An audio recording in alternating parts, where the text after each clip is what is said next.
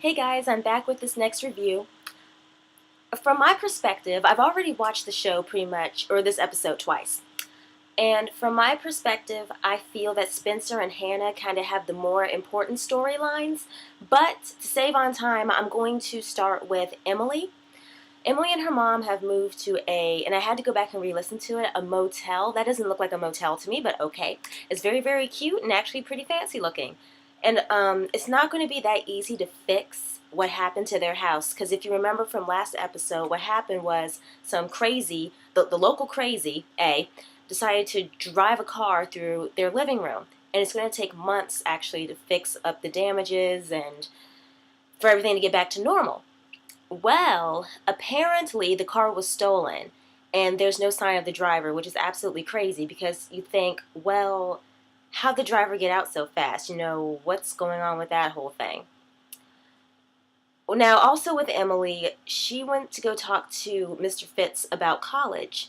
He asks her, he says, is anything, what's been going on lately? History is repeating itself. You girls went through this before and now it's all happening again. Is there something you want to tell me? And she's all like, no. And then they start talking. And he mentions to her, do you have someone who can write you a good recommendation letter? And she mentions Zoe. And if you guys remember everything that happened with Maya, Emily, she went away for like a summer and did kind of like, I don't want to call it community service work. What was it? It was kind of like mission work in a way. She went to Haiti and did work out there. And Zoe was, I guess, like her supervisor or the leader of the whole project. And she meets up with Zoe later on in the episode and they talk. And she talks about another trip they're going on. And Emily's excited. She says, yeah, I want to do this. And then her mom later on in the episode just starts, she has a breakdown because, I mean, think about it, guys. The house got messed up, she's lost her job, and she's just a big emotional wreck and a big bunch of nerves. And the poor thing, she did start crying, and that was a very emotional scene between her and Emily. Now, I'm going to get into Aria because hers is pretty short, actually. She's worried about her brother, Mike, because Mike has been acting a little odd lately. He's going to, there's going to be a party whether the team wins or loses, and he actually has like a bag that has like the self-defense martial artsy kind of place. Yes, martial artsy, it's a word, look it up. um, she is worried about him because she's thinking to herself, wow, he's really trying to prepare in case he has to fight someone. And then while he's at the party, she keeps calling, someone picks up his phone, says, oh, he's unconscious, and hangs the phone up. Aria's a big bundle of, she's just a wreck. And earlier she actually talked to Jake, who was giving Mike the martial arts lessons. And he's kind of like, is everything okay? Because you and then your brother, like, what's going on? Then he comes over and makes sure that Aria is okay. Just so much is just going on. And then Mike finally picks up and he's like, I'm okay, stop calling. And I'm like, Aria, boo-boo, you need to just calm it down a little bit. I know all this stuff is stressing you out, but calm yourself down a little, honey. You will be okay. Now, one thing I would like to say, did it kind of feel like they were sort of kind of promoting Insidious 2? I never saw the first one. I'm not into scary movies. That's something y'all learned about me just now. I don't do scary, but it was kind of funny because you saw it on their TV screen and then they start talking about it. I don't know, it's just something I found a little bit odd, that they just completely bring up Insidious 2. Just interesting. I guess they're trying to promote it somehow. Okay, let's see what else I have. Let's go into Spencer. Okay. Was it just me, or with Spencer's little outfit and everything, did she look like she belonged to Gryffindor house? Guys, listen, I had a complete Harry Potter flashback when I saw her outfit, like the cute little vest, and then she had the like gold and red striped tie, and I was like, girl, you look like you belong in Gryffindor, honey. Yes. It was cute. I'd actually wear that, but that's just something I wanted to throw out. Okay, so with Spencer, she finds some very, very interesting evidence. Because her mom is working on the case with Hannah's mom and everything, Spencer's mom's intern, he comes in and he has like a bunch of boxes and everything with so much evidence in it. And Spencer goes through one of them and she finds I guess you could say like a file, it's a file folder, yeah. And it has information on it about the day Toby's mom killed herself. Now I say killed herself because you find this out. Apparently, she goes back to Radley to talk to Eddie Lamb. And he said that he pretty much gave the whole statement about what happened to Toby's mom and how they found her. Wilden, the original report says that Toby's mom went to the roof. Like there was a access door to the roof and that's how she fell or something like that. Or maybe she was pushed. But the report that Wilden wrote up says that she was pushed from a window or she jumped out a window. So the original document, for some reason, that was never seen. And the other document, the false one, was the one that Toby had. So everyone's pretty much like, well, Spencer, she's saying why, like, what's going on? Wilden was just completely disrespectful and he was covering something up. Like, why would he tell a lie about how Toby's mom died? Yes, the woman is dead, but we want to know the truth. And Eddie Lamb even says, basically, why do we lie? Like, why do people lie in general? And that made you think, well, people tell some pretty serious lies. And then Spencer actually confronts her mom about the file, and her mom says this isn't relevant, and Spencer says that this proves that Wilden was dirty, that he was wrong, that he was doing so much stuff that he should not have been doing. And her mom is just like, look, you need to forget about Radley. I'm like, woman, this has nothing to do with Radley. This has to do with Wilden writing a false report. Anyway, moving on. So that was pretty much everything that's going on with Spencer. Hannah. Y'all know how I feel about Miss Hannah. I wanted to slap the crap out of her, okay? Guys, okay, here's the thing.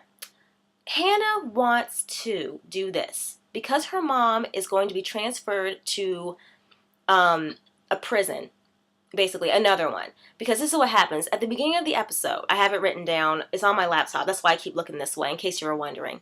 So Hannah is waiting with Arya and Spencer, and they're talking, and then Spencer's mom comes in and basically says, the judge refuses to grant bail for your mom. And it's like, really? Hannah gets really upset. And then she goes pretty much off the freaking deep end, and she says that she's going to tell everyone that she's the one who killed Detective Wilden.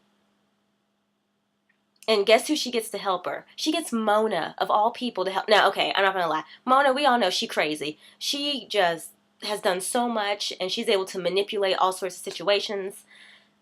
Okay, yeah, perfect person to help Hannah try to pull this off. So Mona starts coaching Hannah on how to make all the evidence point to her that she's the one who killed Wilden. This is the question of the video, guys. This is what I really want to see in the comment section, okay, of this video. If your parent were accused of murder and you already know they didn't do it, but because you don't want them to go to jail, would you go and say that you were the one who killed said person? I mean, let's be real. I love my parents to death, but I would not do that. I'm sorry. I would let okay, I can't even say that because the law is just stupid. But gosh, I would not even begin to think that way. And then there's the scene with Hannah's mom and Caleb, and they're talking, and Hannah's mom is basically saying, I don't want Hannah to do anything stupid because I know her. She will do something stupid. And I'm like, girl, you know your daughter too well because she's trying to go to jail for you. She is trying to say that she killed this man. It just makes no freaking sense to me. And then Caleb tries to talk her out of it. And she's all like, no, I got to do this. And I'm just like, Hannah, you're so stupid. Oh, gosh. In case you didn't hear me, I said, Hannah, you're so stupid. And then at the end of the episode comes the big shock. Are y'all ready for this one? Are you ready for it? You ready? You ready? Mona confesses to killing Detective Wilden. Now, whether it's true or not, I mean, she's just all like sitting there in the interrogation room. She kind of smiles at the girls, or smiles mostly at Hannah. And then the blinds are dropped. And you're just like, huh? First of all, I guess Mona doesn't. Okay, now I'm actually done with the review right now, guys. I'm going into my opinion about stuff. I guess Mona does care about Hannah a lot, and she wants to take the blame because she can tell Hannah really cares about her mom and doesn't want her mom to go to jail. But at the same time, it's kind of like, that threw me for a big loop. Those were, I think, the two main shocks of the episode. Hannah wanting to go to jail and try to convince police that she killed a man just so her mom wouldn't go to jail, and Mona taking the blame for killing Detective Wilden. Very interesting. Very interesting. How do you guys feel about that entire situation? Please definitely let me know that. The whole thing with Toby's mom, no big shock there, to be perfectly honest. I mean, even Spencer said there's no way she could have thrown herself from that window, you know? Not that far out. There's no way. So that makes perfect sense that, you know, she went to the roof and jumped, or she was pushed, or something happened. Like, she may have had some enemies. Who knows? Oh, one other piece of information I forgot to mention as I'm looking at this stuff. It says that the number that was from Nigel's phone that they got from his phone in the last episode, that's what I meant to say. It's assigned to 3 people, 3 different addresses in New York. So someone's covering up some stuff with that. And that was just a big little random part of the show. So yeah. Arya needs to calm down when it comes to her brother. Like, take a chill pill, boo-boo. You will be okay. And then Emily, I just hope things get better for Emily's mom because, I mean, technically it is Emily's fault that her mama lost her job. She took the key.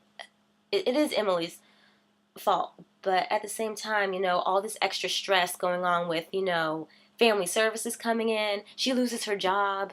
The house gets tore up. It's really too much for somebody to handle, you know? It's crazy. And, yeah. Sorry, guys. Hope you enjoyed this review. Let me know how you feel about certain things. Like I said, Hannah and the whole trying to take the blame thing, even Hannah's mom knows Hannah is not really stable when it comes to a lot of stuff, obviously, because she kind of jumps the gun on a lot of things. No pun intended. I did not mean it like that. But yeah, Hannah kind of just goes off and does her own little thing. So, hope you guys enjoyed this review. I can't wait to see you guys next time. And check out some of my other videos, y'all. Check them out. And if you're new here, don't forget to comment, rate, and subscribe. See y'all later.